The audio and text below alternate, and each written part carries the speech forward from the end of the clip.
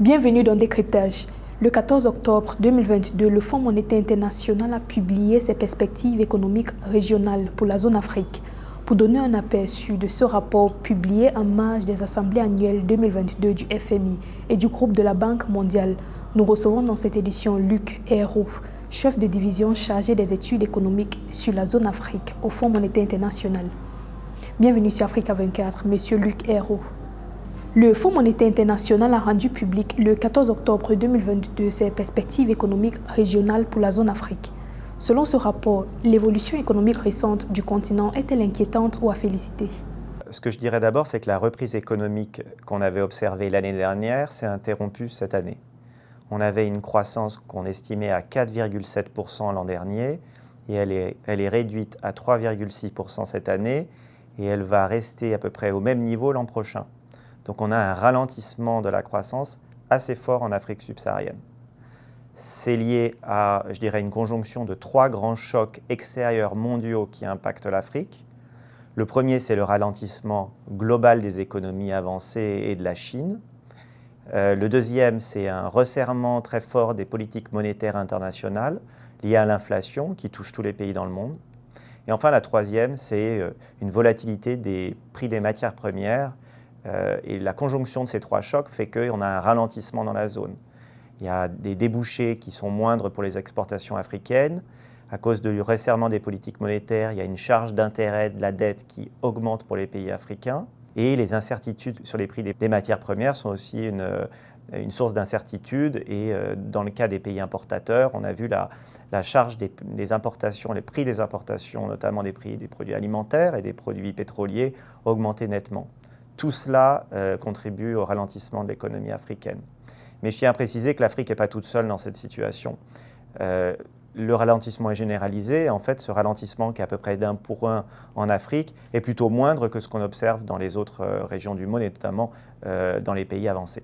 Quels sont les principaux défis auxquels sont confrontés les décideurs et quelles politiques peuvent être mises en œuvre pour les surmonter?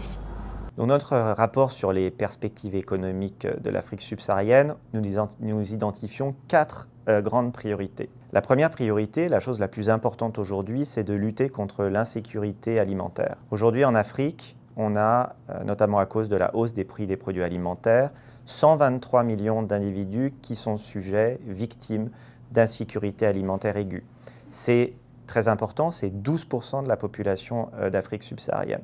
Et donc l'une des priorités pour les décideurs politiques, c'est de mettre en place des politiques de soutien économique aux populations vulnérables et les plus affectées par cette hausse des prix des produits alimentaires. Dans la mesure où ces politiques de soutien sont coûteuses, il faut les rendre les plus ciblées possibles et essayer de cibler les populations les plus pauvres dans la mesure du possible. La deuxième priorité, je dirais, c'est que du fait de la hausse de l'inflation, qui est un phénomène qu'on observe dans le monde entier, mais qui est particulièrement qu'on observe particulièrement en Afrique subsaharienne, il faut que les banques centrales remontent les taux d'intérêt pour lutter contre cette inflation et qu'elles remontent les taux d'intérêt de manière graduelle, de manière à ne pas trop réduire la croissance économique. La troisième priorité, je dirais que c'est le rééquilibrage des dépenses publiques.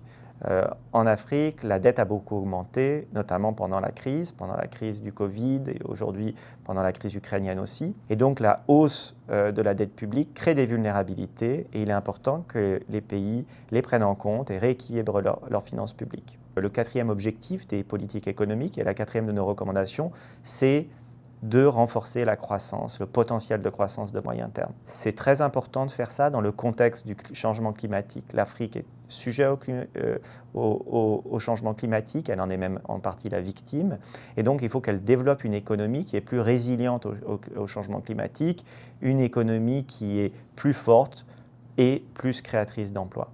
L'invasion de l'Ukraine par la Russie a déclenché un choc économique mondial auquel l'Afrique n'échappe pas. Dans votre rapport économique régional pour l'Afrique d'avril 2022, vous indiquiez que la marge de manœuvre des pays pour y répondre était minime. Quelles avancées ont été notées depuis lors dans la riposte du continent face au choc économique externe? Alors je dirais que là, on parle de marge de manœuvre. Il y a plusieurs types de marge de manœuvre économique. Il y a les marges de manœuvre du côté de la politique monétaire, des banques centrales, et puis il y a la marge de manœuvre du côté de la politique budgétaire, c'est-à-dire des ministères des Finances. Du côté des banques centrales, les marges de manœuvre sont plus faibles aujourd'hui parce que l'inflation a beaucoup augmenté et donc la capacité des banques centrales à laisser des taux d'intérêt bas, elle est plus limitée parce que s'ils laissent des taux d'intérêt bas, l'inflation va continuer d'augmenter et pourrait devenir vraiment très problématique. Du côté des politiques budgétaires, aussi, les marges de manœuvre ont été nettement réduites ces dernières années. La dette publique africaine aujourd'hui est de 60% du PIB. Juste avant la pandémie, elle était de 50 points de PIB, donc ça a augmenté de 10% du PIB en seulement 2 ans. Donc ça, c'est très important, je dirais, d'essayer d'affronter ce problème de la vulnérabilité des positions budgétaires en faisant, par exemple, de la mobilisation des revenus et en réduisant les déficits. La dette extérieure totale de l'Afrique est de 27%, bien en dessous de la moyenne mondiale, en grande partie en raison des écarts importants et des taux d'emprunt par défaut attribués aux entités souveraines et aux entreprises africaines. Comment cette situation peut être surmontée par le continent africain ?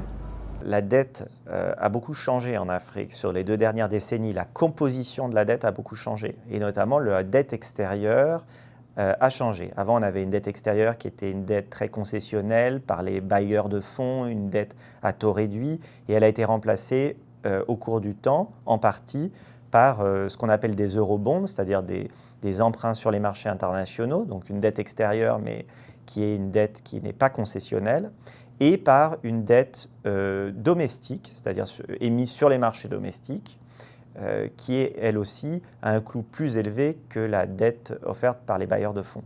Et donc aujourd'hui, on a à peu près la moitié de la dette africaine qui est une dette extérieure. Alors est-ce que c'est une bonne chose ou est-ce que c'est une mauvaise chose? Je dirais que généralement, c'est une bonne chose de diversifier les sources de dette puisque ça nous permet de mieux résister aux chocs en ayant une diversification des sources de financement.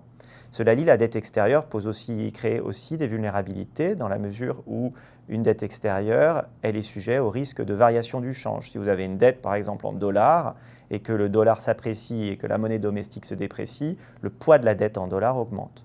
Donc je pense qu'il faut être prudent et le niveau de la dette domestique extérieure aujourd'hui africaine semble approprié et je ne pense pas qu'il serait indiqué nécessairement d'en augmenter le poids de façon très significative. Monsieur Luc Héroux, vous êtes le chef de division chargé des études économiques sur la zone Afrique au FMI. Merci d'être présent sur Africa 24. Merci d'avoir suivi ce décryptage. L'actualité continue sur Africa 24.